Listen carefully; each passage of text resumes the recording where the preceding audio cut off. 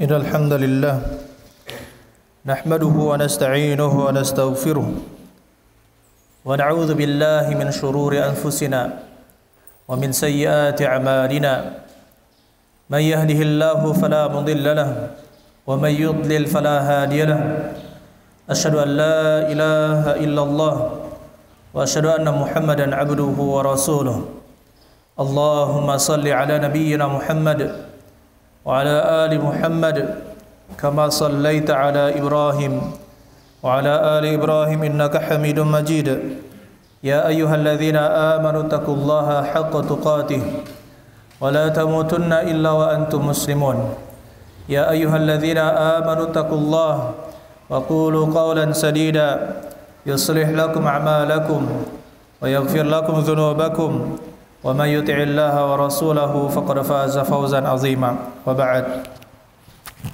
أيها الإخوان rahimani wa rahimakumullah. Marilah sama-sama kita berusaha meningkatkan ketakwaan kita kepada Allah Subhanahu wa taala. Allah Subhanahu wa taala memerintahkan kita berbagai macam perintah yang harus kita jalankan, begitu pula menetapkan larangan-larangan yang harus kita tinggalkan. Oleh karena itu marilah kita sama-sama mempelajari syariat Allah Subhanahu wa taala sehingga kita bisa menjalankan perintah Allah dan juga meninggalkan larangannya, dan kita mudah-mudahan menjadi hamba yang bertakwa kepada Allah Subhanahu wa taala. Ayyuhal ikhwan rahimani wa rahimakumullah. Manusia tidak akan bisa hidup sendiri. Manusia harus bergabung dengan orang lain. Manusia adalah makhluk sosial. Bahkan terkait dengan sentuhan, manusia tidak bisa hidup tanpa sentuhan dengan orang lain. Oleh karena itu ya ikhwan, kebersamaan kita dengan yang lain adalah suatu kebahagiaan. Kebersamaan kita dengan istri, kebersamaan kita dengan anak, kebersamaan kita dengan kawan-kawan kita, kebersamaan kita dengan teman-teman di kantor, di pekerjaan, kebersamaan kita dengan teman-teman di luar, maka di sini penuh dengan kegembiraan, kebahagiaan. Akan tetapi ada waktunya, ada saatnya di mana kita mendapatkan perlakuan yang kurang mengenakan dari kawan kita, dari saudara kita, atau bahkan dari istri kita. Ada saja hal-hal yang mungkin menurut kita hal tersebut tidak pantas, atau menyakiti hati kita, atau menyakiti diri kita, mengurangi harta kita, merusak wibawa kita, merusak nama kita.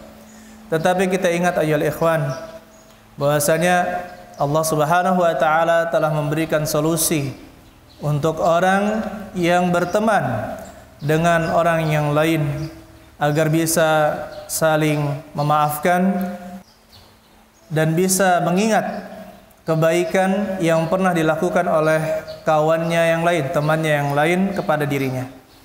Oleh karena itu ya ikhwan, dengan dua jurus ini, yang pertama adalah saling memaafkan, dan yang kedua adalah selalu mengingat keutamaan yang pernah diberikan, yang pernah teman-teman kita berikan kepada kita, maka insya Allah perselisihan akan semakin sedikit, dan insya Allah kesatuan dan kesatuan kaum muslimin tetap terjaga. Mari kita lihat, kedekatan yang terdekat adalah hubungan orang lain dengan orang lain, ya, antara satu dengan yang lain adalah kedekatan antara suami dengan istri. Kedekatan yang sangat dekat, bukan hanya kedekatan nama, tetapi kedekatan fisik, kedekatan perasaan, kedekatan hubungan, maka sangat dekat antara seorang suami dengan istri. Allah Subhanahu wa taala menyebutkan di dalam surat Al-Baqarah ayat 237 tentang perceraian antara suami istri ketika dia itu terjadi. Apa kata Allah Subhanahu wa taala? Saya kutip saja inti dari pembahasan kita. Wa anta'fu aqrabu littaqwa. Dan kalau kalian memaafkan, maka itu lebih dekat dari ketakwaan. Wa anta'fu aqrabu littaqwa. Apabila kalian memaafkan, itu lebih dekat kepada ketakwaan. Wala tansawul fadla bainakum, dan janganlah kalian lupakan keutamaan di antara kalian. Janganlah kalian lupakan keutamaan di antara kalian. Jika kita sudah mencintai istri kita, maka ada saja hal-hal yang membuat hati kita sakit. Ada saja hal-hal yang itu merupakan hak kita mungkin yang tidak bisa kita terima dan kita merasa dizalimi. Sebagaimana juga ingat bahwasanya kita juga mungkin pernah mengatakan perkataan yang sama, dirasakan juga dengan perasaan yang sama, atau kita juga mungkin menzalimi istri kita. Tapi kata Allah Subhanahu wa taala, wa an ta'fu aqrabu littaqwa. Jika kalian memaafkan, maka itu lebih dekat kepada ketakwaan. Wala tansaul fadla bainakum. Janganlah kalian lupakan keutamaan di antara kalian. Ingatlah kebaikan-kebaikan yang pernah dilakukan oleh istri. Begitu pula sang istri, ingatlah kebaikan-kebaikan yang pernah diberikan oleh suaminya kepadanya. Jangan karena satu keburukan lantas melupakan segala kebaikan yang pernah dilakukan oleh istri kita. Bukankah istri kita pernah seperti ini? Bukankah istri kita pernah melakukan ini? Bukankah istri kita pernah melakukan itu? Hal-hal yang baik, yang sangat indah jika kita kenang. Bukankah istri kita telah melahirkan kita untuk kita anak? Bukankah istri kita telah seperti ini memberikan ini? Bukankah istri kita, kalau kita ingat-ingat segala kebaikan istri kita, maka keburukan yang satu, dua keburukan, tiga keburukan yang jumlahnya sedikit, maka itu akan sirna bila dibanding dengan kebaikan-kebaikan yang sangat banyak yang istri kita berikan kepada kita. Allah, karena itu Allah, ayyuhal ikhwan rahimani wa rahimakumullah, kalau kita mengingat banyak kebaikan dari sahabat kita, kawan kita, rekan kita, tetangga kita, maka keburukan apapun ya yang itu muncul, maka kita akan selalu berhusnuzon, berusaha berbaik sangka kepadanya agar memperbaiki hubungan-hubungan kita dengan orang tersebut. Saudara-saudara sekalian, yang mudah-mudahan kita dirahmati oleh Allah Subhanahu wa taala. Betapa besar pengaruh dari sifat pemaaf. Rasulullah SAW sebutkan di dalam hadisnya, "Ma zadallahu 'abdan bi'aufin illa 'izza." Tidaklah Allah membekali seseorang dengan sifat pemaaf illa 'izza, kecuali ya orang tersebut menjadi mulia atau Allah akan memuliakannya, karena memang sifat pemaaf adalah sifat yang mulia yang dimiliki oleh seorang mukmin. Mendapatkannya pun butuh dengan perjuangan, mendapatkannya pun butuh dengan usaha yang keras. Bagaimana kita harus mengontrol hati kita, memacu diri kita untuk menundukkan hawa nafsu sehingga kita bisa memaafkan orang lain. Saudara-saudara sekalian, apabila kita bisa memaafkan, maka kita tidak akan banyak menuntut hak-hak kita kepada rekan-rekan kita. Saudara-saudara sekalian yang mudah-mudahan kita dirahmati oleh Allah Subhanahu wa taala. Wala tansaul fadla bainakum. Janganlah kalian lupakan keutamaan di antara kalian. Kita bisa bukan karena kita sendiri. Apabila setiap orang melaksanakan peran sesuai perannya, maka jadilah masyarakat yang indah, masyarakat Islam yang sangat indah. Ada yang berfungsi sebagai tukang, tapi ketika disuruh mengantor, memegang komputer, ya tidak bisa. Kenapa? Tidak mungkin komputer di Palu. Begitu pula yang megang komputer tidak bisa apa? Tidak bisa ahli dalam memegang alat-alat bangunan. Semua memiliki keutamaan, semua saling membantu. Begitu pula ada yang berkeahlian berkunjung ke rumah warga, sementara kita tidak bisa melakukan hal seperti itu. Jika kita semua melaksanakan dan berbagi tugas, saling melupakan keburukan-keburukan di antara kita, saling memaafkan ya di antara kita, insya Allah terciptalah lingkungan yang dibimbing insya Allah dengan ajaran-ajaran ilahi sesuai dengan petunjuk Nabi Sallallahu Alaihi Wasallam. Saudara-saudari sekalian, banyak kasus di peradilan agama tentang keinginan cerai antara suami dengan istri. Keinginan cerai antara suami dan istri. Baik sang suami yang banyak tuntutan kepada istrinya, Begitu pula sang istri banyak sekali tuntutannya kepada sang suami, baik masalah dunia, masalah hubungan dan sebagainya. Akan tetapi ketika diingatkan, sang hakim mengingatkan, ya, wa anta'fu aqrabu littaqwa, kalian memaafkan itu lebih dekat kepada ketakwaan, wala tansaul fadla bainakum, dan janganlah kalian melupakan keutamaan di antara kalian. Saudara-saudara sekalian, akhirnya apa? Banyak yang kembali bertobat dan kembali memperbaiki diri antara suami dan istri tersebut. Begitu pula kita apabila ada permasalahan, yang namanya permasalahan di masyarakat atau di warga itu pasti ada. Ya, pasti ada. Baik dia kecil maupun besar. Akan tetapi ingat, ya, yang pertama kali kita ingat adalah apa? Adalah kebaikan-kebaikan yang pernah saudara-saudara kita berikan kepada kita. Insya Allah, jika kita sudah mengingat banyak kebaikan tersebut, keburukan yang terjadi akan hilang. Keburukan yang didengar akan hilang. Kalaupun ada keburukan dari kawan kita, kita berusaha untuk menutupi pintu keburukan ini dan tidak menyebarkan keburukan yang dimiliki oleh kawan-kawan kita. Saudara-saudara sekalian, begitu pula ayyuhal ikhwan, kalau kita ingin mencari teman sejati, ya, teman sejati yang tidak ada aibnya. Kita ingin mencari teman sejati yang tidak ada aibnya, maka kita tidak akan bisa mendapatkannya. Kita hanya bisa hidup sendiri. Kita hanya bisa hidup sendiri. Kenapa? Karena tidak ada teman kecuali pasti ada aibnya. Kalau ingin mencari istri yang tidak ada kekurangannya, maka nanti di surga. Tapi kalau di dunia, yang namanya istri itu pasti ada kekurangan. Sebagaimana kita ini juga bukan malaikat. Ya, kita ini manusia, kita juga bukan nabi. Pasti ada kekurangan. Kita bisa menerima kekurangan diri kita. Kenapa kita tidak bisa menerima kekurangan istri kita dan juga orang lain? Yang mencari istri tanpa ada kekurangan, pasti dia akan membujang seumur hidupnya. Begitu pula ayyuhal ikhwan, barang siapa yang mencari kerabat, yang mencari keluarga yang tidak ada masalah, keluarga yang tidak ada masalah, maka kita katakan kita tidak akan, ya, justru kita akan memutuskan tali silaturahmi dengan kerabat tersebut. Yang namanya masalah pasti ada dengan kerabat. Tapi coba kita ingat kebaikan yang pernah diberikan keluarga-keluarga kita. Ya, justru kalau kita menjauh, tidak pernah menghubungi, tidak mau cari masalah, tidak ada yang baik kepada saya, tidak ada yang di sini ada masalah ini, yang ini ada masalah harta, yang ini ada masalah lisan, yang ini adalah masalah.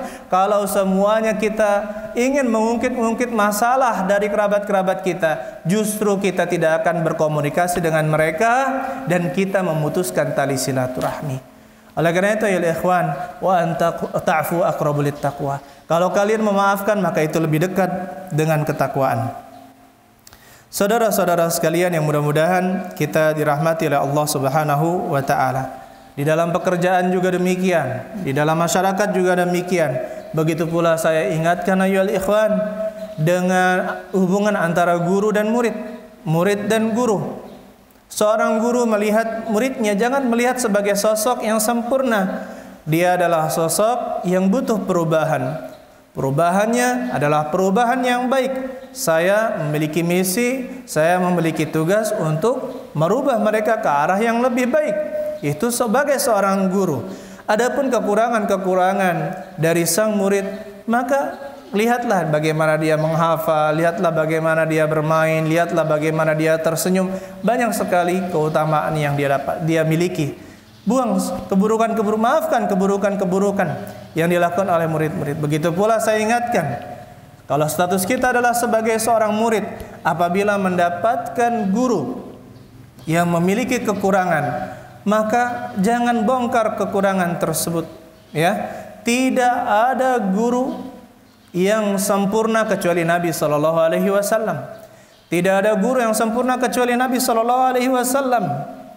Adapun manusia ada kekurangan. Bahkan Abu Bakar dan Umar juga memiliki kekurangan.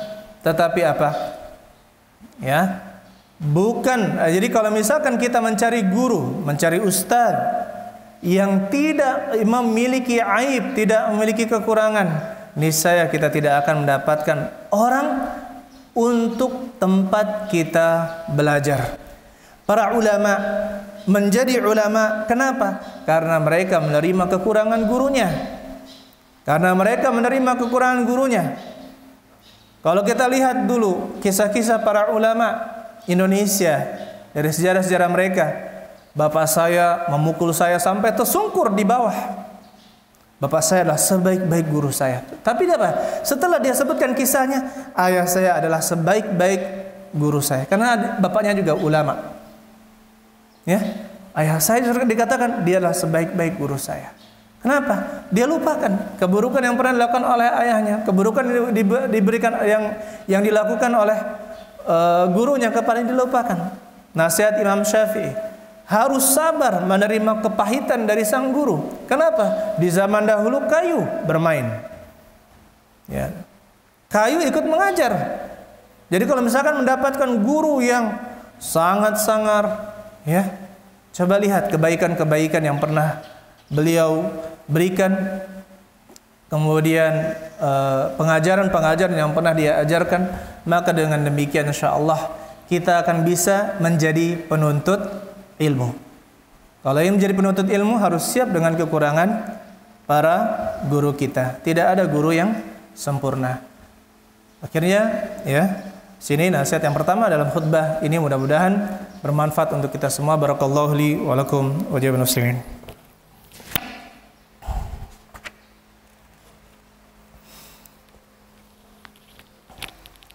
Alhamdulillah wassalatu wassalam ala Rasulillah wa ba'd.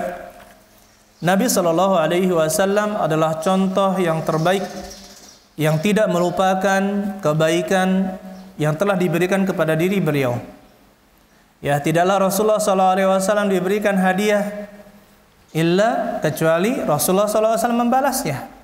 Bahkan Nabi SAW mengajarkan doa jika kita tidak bisa membalas. Apa kata Rasulullah SAW? Katakanlah jazakallahu khairan. Mudah-mudahan Allah membalasmu dengan yang lebih baik.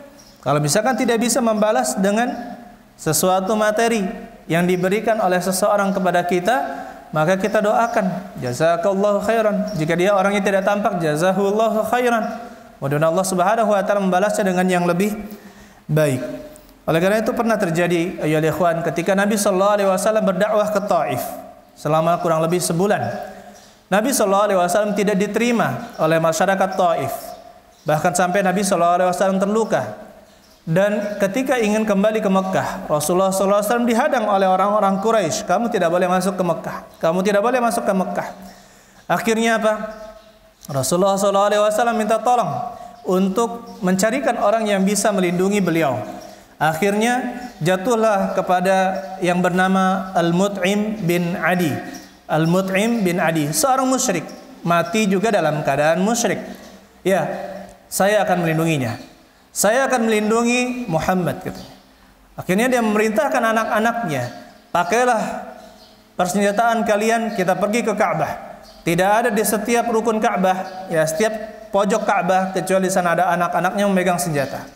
Kemudian Al-Mut'im bin Adi mengatakan, ya, saya melindungi Muhammad. Ana ujiru Muhammad. Wa man adahu wa man yu'dhihi, saya akan saya akan menjadi pelindung Muhammad. Barang siapa yang melindunginya, barang siapa yang mengganggunya, barang siapa yang mengganggunya, saya akan mengganggunya. Barang siapa yang menyakitinya, saya akan menyakitinya. Ini kata Mut'im bin Adi, orang Quraisy, orang musyrik. Nah, ketika Nabi SAW ketika dia sudah meninggal, ya, akhirnya di perang Badar. Di perang Badar itu banyak tawanan orang-orang musyrik.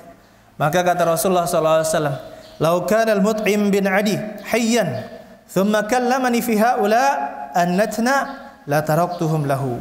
Seandainya Al-Mut'im bin Adi hidup, ya, kemudian dia berbicara kepadaku untuk melepaskan tawanan-tawanan orang-orang musyrik ini, maka saya akan melepaskan tawanan-tawanan ini gara-gara dia, gara-gara Al-Mut'im. Kenapa? Karena kebaikan Al-Mut'im bin Adi melindungi Nabi sallallahu alaihi wasallam dari orang-orang Quraisy.